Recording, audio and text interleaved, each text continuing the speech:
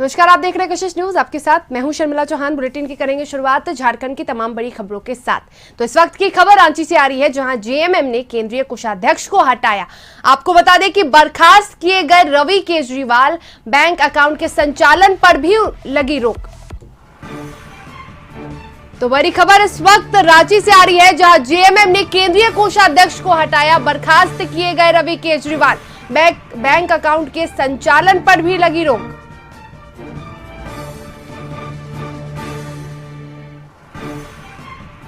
और इस पर अधिक जानकारी के लिए हमारे साथ झारखंड से हमारे ब्यूरो चीफ सुरेंद्र सोरेन जुड़े हुए हैं अधिक जानकारी के लिए। सोरेन जी, जेएमएम ने केंद्रीय कोषाध्यक्ष को हटा दिया है, क्या पूरा मामला है?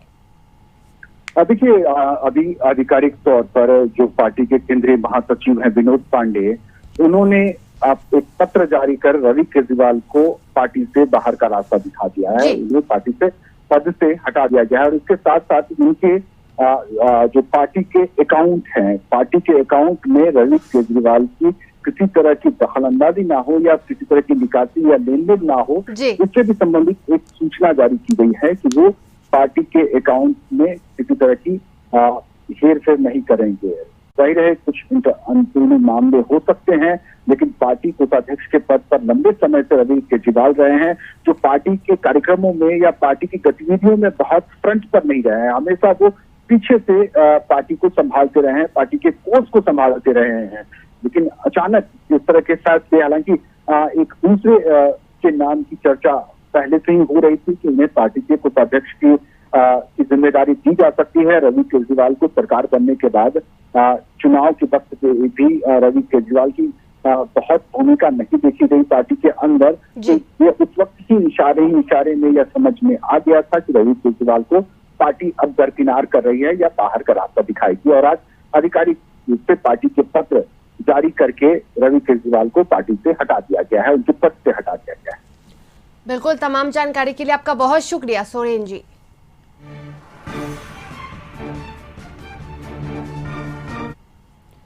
झारखंड में कोरोना का संक्रमण बिहार से चलने वाली ट्रेनों की वजह से बढ़ रहा है।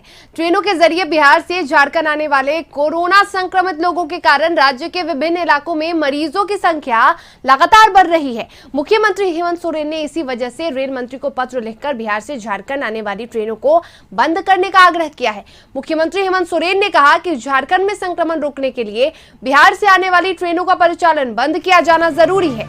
मुख्यमंत्री हेमंत सोरेन के आग्रह पर रेल मंत्रालय ने बिहार से ट्रेनों का परिचालन बंद करने का फैसला किया है। आपको बता दें, 13 जुलाई से बिहार से झारखंड के लिए चलने वाली दोनों ट्रेनों का परिचालन बंद कर दिया जाएगा। रेल मंत्रालय ने इससे संबंधित आदेश जारी कर दिया है। अगले आदेश तक बिहार से झारखंड के लिए कोई ट्रेन नहीं चलेगी। फिलहाल पटना से जन शताब्दी और दानापुर से टाटा नगर ट्रेन चल रही है।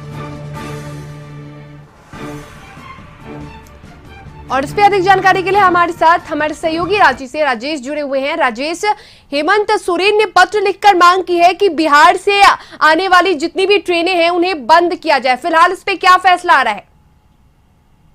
चाहेंगे कि राज्य सरकार रेलवे बोर्ड को कुछ दिन पहले दिया था कि जो बिहार से आने वाली झारखंड की ट्रेनें हैं वो सभी ट्रेनों को रोक दी जाए, ताकि जो कोरोना का संक्रमण बढ़ रहा है उस पर किसी तरह से काबू पाया जा सके। इसको लेकर में रेलवे के द्वारा जो ये एक्सेप्ट कर लिया गया और जन शताब्दी एक्सप्रेस ट्रेन जो है वो 13 तारीख से बिल्कुल बंद कर दी गई है अगले आदेश तक। इससे क्या होगा कि जो चैन है कोरोना का वो थोड़ा कम होगा और बिहार से आने वाले जो प्रवासी लोग हैं या झारखंड से बिहार की तरफ जाने वाले जो यात्री हैं वो अभी फिलहाल जाना आना पे रोक लगा देंगे। जी बिल्कुल, तमाम जानकारी के लिए आपका बहुत शुक्रिया राजेश।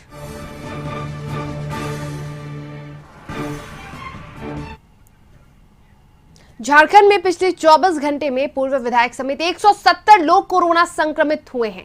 आपको बता दें कि हुसैनाबाद के पूर्व विधायक कुशवाहा शिवपूजन मेहता भी कोरोना से संक्रमित पाए गए हैं। रांची के एक निजी लैब में उन्होंने जांच कराई थी, जिसकी रिपोर्ट पॉजिटिव आई है। इससे पहले राज्य के पेयजल और स्वच्छता मंत्री मिथिलेश ठाकुर और विधायक मथुरा महतो कोरोना पॉजिटिव पाए जा चुके हैं। इसके साथ ही कोरोना मरीजों का आंकड़ा अब 3,362 हो चुका है। अब तक 2,210 संक्रमित मरीजों को अस्पताल से छुट्टी मिल चुकी है।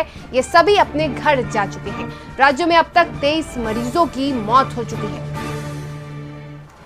इस पे अधिक जानकारी के लिए हमारे साथ रांची से हमारे सहयोगी निलय फोन लाइन से जुड़े हुए हैं। निलय, 24 घंटे में पूर्व विधायक समेत 170 लोग कोरोना ग्रसित पाए गए हैं, क्या कुछ अधिक जानकारी है?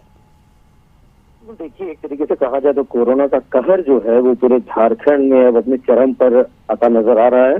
और एक तरफ जहां मंत्रीगण अभी आइसोलेटेड हैं या कहें क्वारंटाइन है, खुद मुख्यमंत्री भी आइसोलेटेड हैं और उन्होंने भी अपने आप को एक तरीके से कहा जाए तो लॉक कर रखा है जी। अब जो पूर्व विधायक कुशवाहा शिवपूजन मेहता, उनमें कोरोना का संक्रमण पाया गया है, तो जाहिर सी बात है कि अब राजनेताओं को या सामाजिक जो कार्यकर्ता है उन्हें थोड़ा संभल कर रहना होगा, क्योंकि वो कई लोगों के संपर्क में आते हैं और ऐसे में कोरोना का संक्रमण बढ़ता जा रहा है। बिल्कुल। अभी सरकार जो है वो कई मुद्दों पर गंभीर विचार कर रही है कि क्या लॉकडाउन फिर से बढ़ाया जाए झारखंड के लिए, क्योंकि पड़ोसी राज्य बिहार और बंगाल में लॉकडाउन किया गया है। शायद झारखंड में भी अब इसकी जरूरत आ गई है, क्योंकि जिस तरीके से कोरोना तेजी से बढ़ रहा है उसमें अब कंट्रोल करना बहुत मुश्किल हो रहा है। और अगर ये कम्युनिटी ट्रांसमिशन की ओर बढ़ गया तो मामला फिर और बिगड़ सकता है। तो सरकार इस बारे में विचार कर रही है और संभवतः 1 या 2 दिन में इस पर कोई फैसला भी लिया जाएगा। तो बिल्कुल सरकार अभी विचार कर रही है और 1 से 2 दिन में झारखंड के लिए फैसला आ जाएगा। तमाम जानकारी के लिए आपका बहुत शुक्रिया निलय।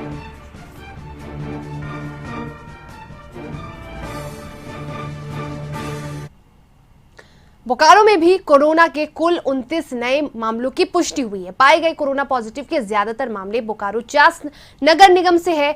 साथ ही बोकारो स्टील सिटी के सेक्टरों से भी कुछ मामले सामने आए हैं। कुछ मामले जो पहले से कंटेनमेंट जोन बने हुए थे वहां से, और एक मामला डीटीओ ऑफिस का है, जो कुछ मामले कॉन्टैक्ट हिस्ट्री से सामने आए हैं। सभी को कोविड-19 अस्पताल में शिफ्ट करने की तैयारी की जा रही है। सभी का कॉन्टैक्ट ट्रेसिंग किया जा रहा है। बोकारो उपायुक्त मुकेश कुमार ने बताया कि वर्तमान में बोकारो में कुल सक्रिय मामले 41 हो चुके हैं।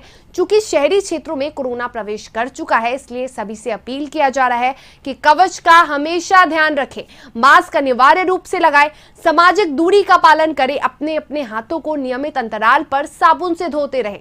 सबसे बेहतर तरीका है आप सभी अपने अपने घरों में ही सुरक्षित रहें। तो बोकारो में भी कोरोना ब्लास्ट बोकारो जिले के भीतर आज प्रतिवेदित हुए हैं। लगभग 500 से ज्यादा सैंपल्स की रिपोर्ट प्राप्त हुई है। अलग अलग हम लोगों ने टेस्टिंग सेंटर्स के ऊपर भेजे थे, जिसमें से 29 मामले कोरोना पॉजिटिव के एक दिन में प्राप्त हुए हैं, जो बेहद चिंताजनक है। और ज़्यादातर मामले इसमें से हैं बोकारो के चास नगर निगम क्षेत्र से हैं, और कई मामले जो है बोकारो स्टील सिटी के सर्टेन सेक्टर से हैं। और इस पे अधिक जानकारी के लिए हमारे साथ बोकारो से हमारे सहयोगी संजीव फोन लाइन से जुड़े हुए हैं। संजीव, बोकारो में भी आज कोरोना ब्लास्ट हुआ है। कुल 29 नए मामलों की पुष्टि हुई है। फिलहाल वहां की क्या कुछ स्थिति है?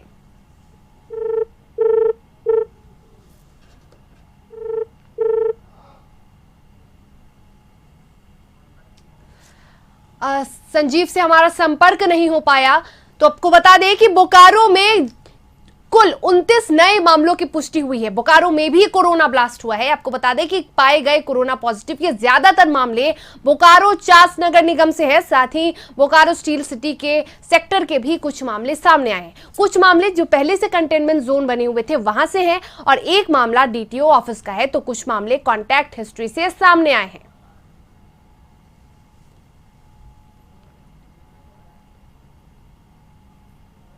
और इस पे अधिक जानकारी के लिए हमारे साथ बोकारो से हमारे सहयोगी संजीव फोन लाइन से जुड़े हुए हैं। संजीव, बोकारो में कोरोना ब्लास्ट हुआ है, कुल 29 नए मरीजों की पुष्टि हुई है। फिलहाल क्या कुछ स्थिति है वहां की?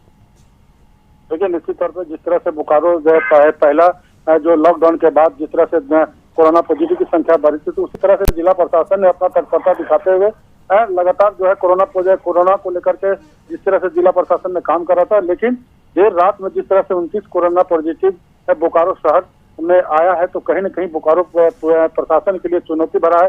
इसलिए कि जितना भी कोरोना पॉजिटिव निकला है नगर निगम में भी है, बोकारो शहर में है, पड़ोस इलाका में है।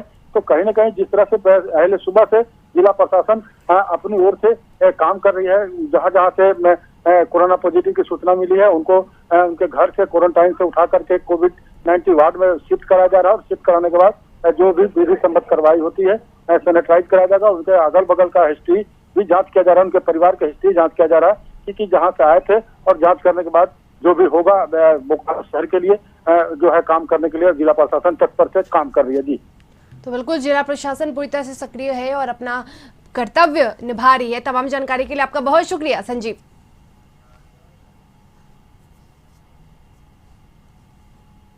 गढ़वा जिले के बिष्णुपुरा प्रखंड के कर्मचारी दिलीप कुमार बैठा को 4000 रुपए रिश्वत लेते रंगे हाथों पलामू एससीबी टीम ने गिरफ्तार किया है। आपको बता दें कि जानकारी के मुताबिक बिशुनपुरा प्रखंड के कर्मचारी दिलीप कुमार बैठा बिशुनपुरा पंचायत के पिपरी खुद्र ग्राम के निवासी देवनाथ कुशवाहा से उनके जमीन के अपग्रेडेशन के लिए रिश्वत की मांग कर रहे थे। देवनाथ कुशवाहा ने इसकी शिकायत पलामू एसीबी टीम से की थी। पलामू एसीबी टीम ने गिरफ्तार कर्मचारी दिलीप कुमार बैठा जिले के विश्रामपुर थाना के लालगढ़ बिहार के रहने वाले हैं।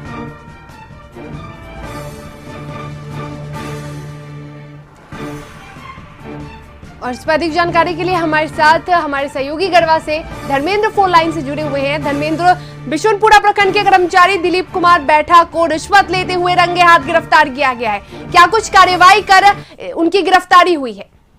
जी मैं बता दूं कि कर्मचारी दिलीप कुमार बैठा द्वारा जो जमीनी काम करवाने आए थे उनसे 5000 रुपए की मांग की थी और बाद में यह मामला 4000 रुपए से हुआ था और जो वादी था वो पैसा देना नहीं चाह रहा था। वो इसकी जानकारी एसीबी पलामू टीम को दी। इसके बाद एसीबी की टीम आके वहाँ जांच में यह सत्य पाया कि कर्मचारी द्वारा पैसा मांगा जा रहा है। इसके बाद आज जैसे ही जमीन के काम के लिए उनके आवास नगर उतारी में पैसा लेके गया और पैसा देने के बाद तुरंत एसीबी की टीम उसे पकड़कर और अपने साथ पलामू ले गई है। जी तो बिल्कुल तमाम जानकारी के लिए आपका बहुत शुक्रिया।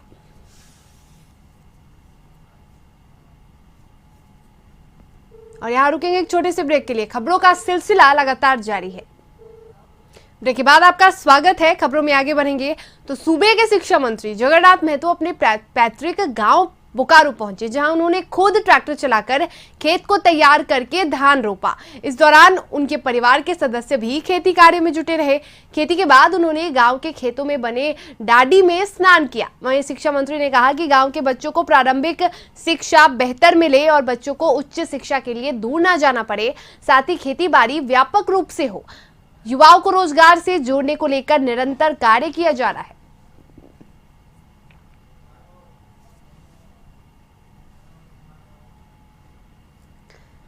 और इस पर अधिक जानकारी के लिए बोकारो से हमारे सहयोगी संजीव फोन लाइन से जुड़े हुए हैं।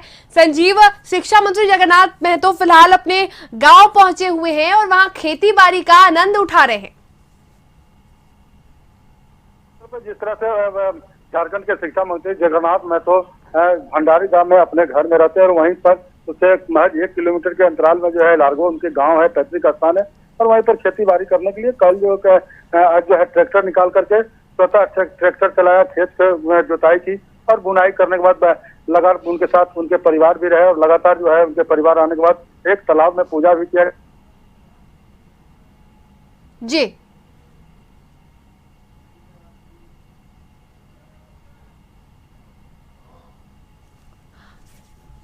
संजीव, तो बिल्कुल जिस तरीके से शिक्षा मंत्री अपने गांव पहुंचे हैं और वहां पे स्नान किया, वहां पे पूजा पाठ किया, खेती बाड़ी का आनंद उठाया और साथ ही उन्होंने कहा कि वहां पे भी बच्चों की शिक्षा को और बेहतर बनाना है। तमाम जानकारी के लिए आपका बहुत शुक्रिया।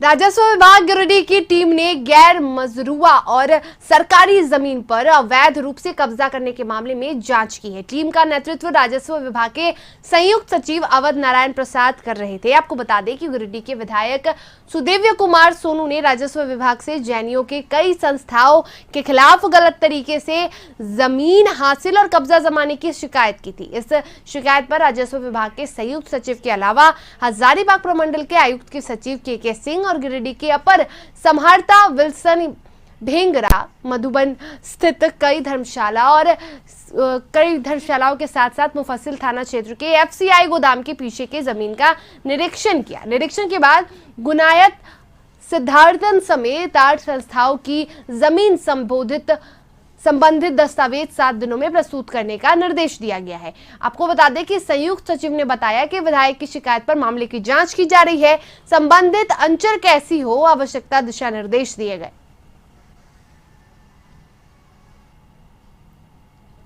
दो जगह की जांच हमें मिली है।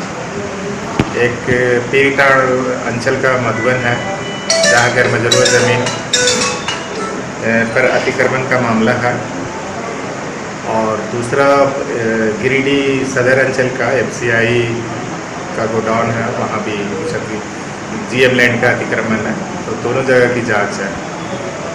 हम लोग स्पॉट इंक्वायरी कर चुके हैं और कुछ कागजात वांछित हैं, जिनके संबंध में संबंधित अंचलाधिकारी से मांग की गई, तो उनके द्वारा बताया गया कि सर ये कागजात लाने में अभी 3-4 दिनों में समय दिया जाए। पूर्वी सिंहभूम जिले में नक्सलियों ने एक बार फिर अपनी उपस्थिति को दर्ज करा दी है। बापा माओवादियों ने पोस्टरबाजी कर पूरे जिले में दहशत ला दिया है। आपको बता दें कि गुराबांधा और मुसाबनी के बागजता माइंस के समीप नक्सलियों ने पोस्टर साट कर ऐलान कर दिया है कि नागरिक सुरक्षा समिति के अध्यक्ष को बड़ी महफिल में सर कलम कर देंगे। उधर नासूस के अध्यक्ष की हत्या का ऐलान करने के बाद आसपास के गांव में दहशत व्याप्त है, यानी काफी दिनों बाद नक्सलियों ने अपनी उपस्थिति दर्ज करा दी है। उधर शंकर चंद्र हेम्ब्रम और उसके दूसरे साथी की हत्या का ऐलान करने के बाद पुलिस ने भी चौकसी बढ़ा दी है। वैसे 2 दिनों में पुलिस ने 2 नक्सलियों को गिरफ्तार कर लिया है। उधर आकाश दस्ता के मास्टरमाइंड की गिरफ्तारी के बाद नक्सली बौखला गए हैं और लगातार अब प्रशासन को चुनौती देते दिखाई दे रहे हैं। अधिक जानकारी के लिए जमशेदपुर से हमारे सहयोगी मनोज फोन लाइन से जुड़े हुए हैं। मनोज, कह सकते हैं कि जिले में नक्सलियों ने अपनी उपस्थिति दर्ज करा दी है, पोस्टर चिपकाया है, क्या कुछ उस पोस्टर में जिक्र किया गया है? देखिए, निश्चित तौर पे काफी एक लंबा वक्त रहा है कि लगभग 3-4 साल बाद एक बार फिर नक्सलियों ने अपनी उपस्थिति दर्ज करा दी है, और उपस्थिति ही दर्ज नहीं कराई है, इसने ऐलान भी कर दिया है कि नागरिक सुरक्षा समिति के जो अध्यक्ष है शंकर चंद्र हेम्ब्रम और उनके एक साथी को सर कलम कर दिया जाएगा, और वो भी पूरे समाज में बैठाकर उनकी हत्या की जाएगी। तो जो नक्सलियों का ट्रेंड रहा है कि जो वो कहता है वो करता गया है, तो ये उसके बाद कहीं ना कहीं प्रशासन और गांव के लोगों में दहशत व्याप्त है कि आखिर नक्सली की उपस्थिति, और उपस्थिति के साथ साथ नक्सलियों ने नाम का भी ऐलान कर दिया है, और उसके बाद प्रशासन जो है वो परेशान जरूर है, लेकिन इतना जरूर है कि अब प्रशासन ने अपनी चौकसी बढ़ा दी है। 2 दिनों में 2 नक्सलियों को गिरफ्तार किया है। एक आकाश दस्ता का मास्टरमाइंड था, उसकी गिरफ्तारी के बाद जो है वो अब नक्सली जो है वो बौखला चुका है, क्योंकि ये इलाका भी आकाश दस्ता के कब्जे में है। कुछ दिनों से ये यहाँ पर शांति चल रहा था, लेकिन एक बार फिर नक्सलवाद जो है कि यहाँ पनपने लगा है। जी, तो बिल्कुल कह सकते हैं कि नक्सलियों ने पूरे इलाके में दहशत व्याप्त कर दिया है। तमाम जानकारी के लिए आपका बहुत शुक्रिया। और फिलहाल बुलेटिन में इतना ही, मुझे दीजिए इजाजत, और कशिश और बिहार झारखंड की तमाम खबरों के लिए आप देखते रहिए कशिश न्यूज।